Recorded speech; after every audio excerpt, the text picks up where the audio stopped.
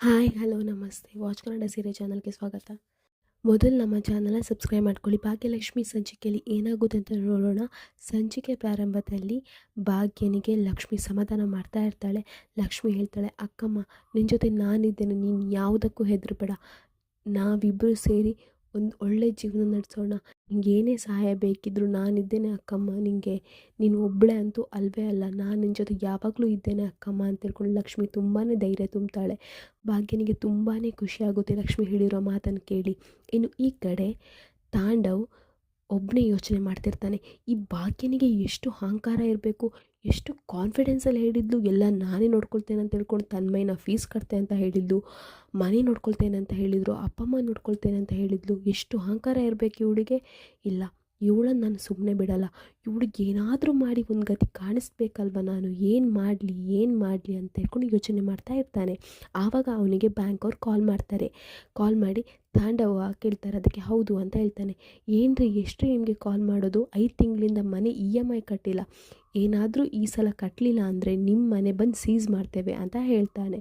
ಆಗ ಆಗ ತಾಂಡವನಿಗೆ ಖುಷಿಯಾಗುತ್ತೆ, ಮನಸ್ಸಲ್ಲಿ ಅಂದ್ಕೊಳ್ತಾನೆ, ಇದೇ ಸಖತ್ ಪ್ಲ್ಯಾನ್ ಮಾಡಿಸ್ತೇನೆ ಈ ಭಾಗ್ಯನಿಗೆ ಅಂತ ಹೇಳಿ.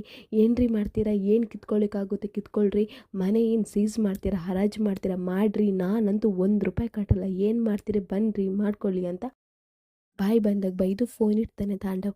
ಅಲ್ಲಿ ಶ್ರೇಷ್ಠ ಸಹ ನಿಂತಿರ್ತಾಳೆ. ಆಗ ತಾಂಡವ್ ಹೇಳ್ತಾನೆ, ನೋಡಿದ್ಯಾ ಶ್ರೇಷ್ಠ, ಎಷ್ಟೊಳ್ಳೆ ಪ್ಲ್ಯಾನ್ ಸಿಕ್ತು, ಇನ್ನು ಭಾಗ್ಯನ ಕತೆ ಫಿನಿಶ್ ಅಂತ ಹೇಳ್ತಾನೆ.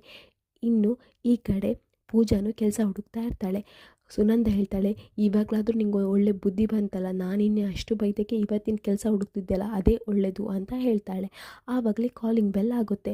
ಆಗ ಸುನಂದ ಹೇಳ್ತಾಳೆ, ಯಾರು ಬಂದರು ನೋಡು ಅಂತ ಹೇಳ್ತಾಳೆ. ಇನ್ನು ಪೂಜಾ ಡೋರ್ ಓಪನ್ ಮಾಡ್ತಾಳೆ. ಆವಾಗ ಬ್ಯಾಂಕ್ ಅವ್ರು ಎಲ್ಲರೂ ಬಂದಿರ್ತಾರೆ.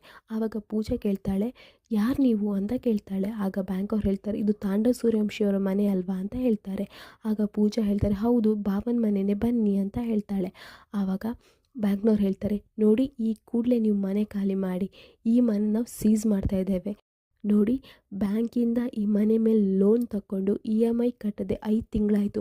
ಆ ತಾಂಡವರಿಗೆ ಕಾಲ್ ಮಾಡಿದ್ರೆ ಎಷ್ಟು ಕೊಬ್ಬಲ್ಲಿ ಮಾತಾಡ್ತಾರೆ ಗೊತ್ತಾ, ಎಷ್ಟು ದುರಂಕಾರದಲ್ಲಿ ಹೇಳ್ತಾರೆ, ಏನು ಮಾಡ್ಕೊಳ್ತೀರಾ ಮಾಡ್ಕೊಳ್ಳಿ ಅಂತ ಹೇಳ್ತಾರೆ, ಎಷ್ಟು ಸಲ ಅವರಿಗೆ ಕಾಲ್ ಮಾಡೋದು ಅಂತ ಹೇಳ್ತಾರೆ.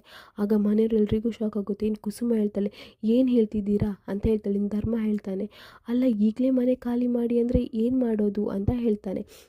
ಆಗ ಗುಂಡಣ್ಣ ತನ್ವಿ ಹತ್ರ ಕೇಳ್ತಾನೆ, ಅಕ್ಕ ಮನೆ ಸೀಸ್ ಮಾಡೋದಂದರೆ ಏನು ಅಂತ ಕೇಳ್ತಾನೆ.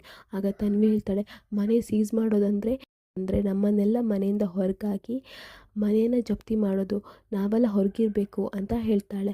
ಆಗ ಗುಂಡಣ್ಣ ಹೇಳ್ತಾನೆ, ಅಯ್ಯೋ ನಾವು ಮನೆಯಿಂದ ಹೊರಗೆ ಇಡಬೇಕಂದ್ರೆ ಎಲ್ಲಿರಬೇಕು, ನಮ್ಮನ್ನು ಮನೆಯಿಂದ ಹೊರಗೆ ಹಾಕಿದರೆ ನಾವು ಎಲ್ಲಿ ಹೋಗೋದು ಅಂತ ಹೇಳ್ತಾನೆ. ಆಗ ಕುಸುಮಂಗೂ ಟೆನ್ಷನ್ ಆಗುತ್ತೆ, ಸುಂದರಿಗೂ ಟೆನ್ಷನ್ ಆಗುತ್ತೆ. ಆಗ ಬ್ಯಾಂಕ್ ಅವ್ರು ಹೇಳ್ತಾರೆ, ಅದು ನಿಮ್ಮ ಕೆಲಸ, ನೀವು ಎಲ್ಲಾದರೂ ಇರಿ, ಏನಾದರೂ ಮಾಡ್ಕೊಳ್ಳಿ, ನಮ್ಗೆ ಗೊತ್ತಿಲ್ಲ, ನಾವಂತೂ ನಿಮಗೆ 5 ತಿಂಗಳಿಂದ ಟೈಮ್ ಕೊಟ್ಟಿದ್ದೇವೆ, ನೀವು EMI ಕಟ್ಟಿಲ್ಲ, ಇನ್ನೇನು ಮಾಡಲಿಕ್ಕಾಗಲ್ಲ, ಈಗಲೇ ಬೇಗ ಪ್ಯಾಕ್ ಮಾಡ್ಕೊಳ್ಳಿ, ಮನೆಯಿಂದ ಹೊರಗೋಗಿ, ನಾವು ಈಗಲೇ ಮನೆಗೆ ಬೀಗ ಹಾಕ್ತೇವೆ ಅಂತ ಹೇಳ್ತಾರೆ. ಅದನ್ನೆಲ್ಲ ಭಾಗ್ಯ ಕೇಳಿಸ್ಕೊಳ್ತಾ ಇರ್ತಾಳೆ. ಭಾಗ್ಯ ಬರ್ತಾಳೆ. ಭಾಗ್ಯ ಬಂದು, ಅಲ್ಲ ನೀವು ಏನು ಹೇಳ್ತಿದ್ದೀರಾ ಸರ್, ನಮಗೆ ಒಂದು ಗೊತ್ತಾಗ್ತಿಲ್ಲ. ಆಗ ಭಾಗ್ಯ ಹೇಳ್ತಾಳೆ, ಅಲ್ಲ ಸರ್ ನೀವು ಏನು ಹೇಳ್ತಿದ್ದೀರಾ ಅಂತ ನಮಗೊಂದು ಗೊತ್ತಾಗ್ತಿಲ್ಲ, ನಮ್ಗೆ ಇವಾಗಲೇ ಗೊತ್ತಾಗಿದ್ದು ಇವರು 5 ತಿಂಗಳಿಂದ EMI ಕಟ್ಟಲಿಲ್ಲ ಅಂತ ಹೇಳಿ, ನಮ್ಗೆ ಇದ್ರ ಬಗ್ಗೆ ಏನೂ ಗೊತ್ತಾಗ್ತಿಲ್ಲ ಸರ್ ಅಂತ ಹೇಳ್ತಾಳೆ. ಆಗ ಕುಸುಮ ಹೇಳ್ತಾಳೆ, ಪೂಜಾ ಮೊದಲು ನಿನ್ನ ತಾಂಡವಿಗೆ ಕಾಲ್ ಮಾಡು ಅಂತ ಹೇಳ್ತಾಳೆ. ಆಗ ಪೂಜೆ ತಾಂಡವನಿಗೆ ಕಾಲ್ ಮಾಡಿ ಲೌಡ್ ಸ್ಪೀಕರ್ ಇಡ್ತಾನೆ. ಆವಾಗ ತಾಂಡವ್ ರಿಸೀವ್ ಮಾಡ್ತಾನೆ. ತಾಂಡವ್ಗೆ ಫುಲ್ ಖುಷಿ ಆಗ್ತದೆ. ಅವ್ನು ಫುಲ್ ಪದ್ಯ ಹೇಳ್ತಾ ಇರ್ತಾನೆ, ಏನು ಪೂಜಾ ಮೇಡಮ್ ನೀವು ಕಾಲ್ ಮಾಡ್ತೀರ ಅನ್ನೋದು ನಂಗೆ ಚೆನ್ನಾಗಿ ಗೊತ್ತಿತ್ತು ಅಂತ ಹೇಳ್ತಾನೆ. ಆಗ ಪೂಜೆ ಹೇಳ್ತಾಳೆ, ಅಂದರೆ ಬ್ಯಾಂಕ್ ಅವ್ರ ಮನೆಗೆ ಬರೋದು ನಿಮ್ಗೆ ಗೊತ್ತಿತ್ತಾ ಅಂತ ಹೇಳ್ತಾನೆ. ಅದಕ್ಕೆ ತಾಂಡವ್ ಹೇಳ್ತಾನೆ, ಹೌದು, ಅದಕ್ಕೆ ನಾನು 5 ತಿಂಗಳು EMI ಕಟ್ಟಲಿಲ್ಲ.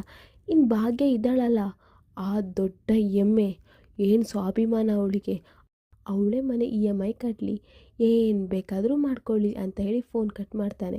ಇನ್ನು ಭಾಗ್ಯ ಹೇಳ್ತಾಳೆ, ನೋಡಿ ಸರ್, ಅವ್ರು EMI ಕಟ್ಟಲಿಲ್ಲ ಅನ್ನೋ ವಿಚಾರ ನಮ್ಗೆ ಇವಾಗ ಗೊತ್ತಾಗಿದ್ದು, ದಯಮಾಡಿ ಸರ್, ದಯಮಾಡಿ 1 ದಿನ ಟೈಮ್ ಕೊಡಿ ಸರ್, ಹೇಗಾದರೂ ನಾವು EMI ಕಟ್ತೀವಿ, ದಯಮಾಡಿ ಸರ್ ಅಂತ ಹೇಳ್ತಾಳೆ. ಆಗ ಅವ್ರು ಹೇಳ್ತಾರೆ, ಇಲ್ಲಮ್ಮ ಇನ್ನು ಕೊಡಲಿಕ್ಕಾಗೋದಿಲ್ಲ, 5 ತಿಂಗಳಿಂದ ಕಾಯ್ತಾ ಇದ್ದೇವೆ, ನಿಮ್ಮ ಗಂಡಂಗೆ ಕಾಲ್ ಮಾಡಿದರೆ ಅವ್ರು ಬಾಯಿ ಬಂದಾಗ ಮಾತಾಡ್ತಾರೆ, ಇನ್ನು ಕಾಯ್ಲಿಕ್ಕಾಗಲ್ಲಮ್ಮ, ನೀವು ಈಗಲೇ ಇಲ್ಲಿಂದ ಹೊರಡಿ, ಮನೆ ಸೀಸ್ ಮಾಡ್ತೇವೆ ಅಂತ ಹೇಳ್ತಾರೆ. ಆಗ ಭಾಗ್ಯ ಹೇಳ್ತಾಳೆ, ಸರ್ ದಯವಿಟ್ಟು ಸರ್ 1 ದಿನ ಟೈಮ್ ಕೊಡಿ ಸರ್, ಪ್ಲೀಸ್ ಸರ್, ದಯವಿಟ್ಟು ಸರ್ ಅಂತ ಹೇಳ್ತಾಳೆ. ಆಗ ಅವ್ರು ಹೇಳ್ತಾರೆ, ಆಯ್ತಮ್ಮ ನೀವು ಇಷ್ಟೆಲ್ಲ ಕೇಳ್ಕೊಳ್ತಿದ್ದೀರಿ ಅಂದಮೇಲೆ 1 ದಿನ ಟೈಮ್ ಕೊಡ್ತೇನೆ, ನಾಳೆ ಇಷ್ಟೊತ್ತಿಗೆ ಹೀಗೆ 5 ತಿಂಗಳು EMI ಬರಬೇಕು ಪ್ಲಸ್ ಪೆನಾಲ್ಟಿನೂ ಬರಬೇಕು ಅಂತ ಹೇಳಿ ಅಲ್ಲಿಂದ ಹೋಗ್ತಾರೆ. ಇನ್ನು ಪೂಜಾ ಹೇಳ್ತಾಳೆ, ಅಕ್ಕ ಏನು ಮಾಡೋದಕ್ಕ, 5 ತಿಂಗಳು EMI ಅಂದರೆ ಸ್ವಲ್ಪ ಅಮೌಂಟ್ ಆಗುತ್ತಾ, ತುಂಬಾ ದೊಡ್ಡ ಅಮೌಂಟ್ ಅಕ್ಕ, ಒಂದಿನದಲ್ಲಿ ನಾವು ಏನು ಮಾಡೋದು, ಒಂದಿನದಲ್ಲಿ ಹೇಗೆ ಅಡ್ಜಸ್ಟ್ ಮಾಡೋದಕ್ಕ ಅಂತ ಹೇಳ್ತಾಳೆ. ಭಾಗ್ಯ ಯೋಚನೆ ಮಾಡ್ತಾ ಇರ್ತಾಳೆ. ಇನ್ನು ತಾಂಡವಲ್ಲಿ ತುಂಬಾ ಖುಷಿಯಾಗಿರ್ತಾನೆ.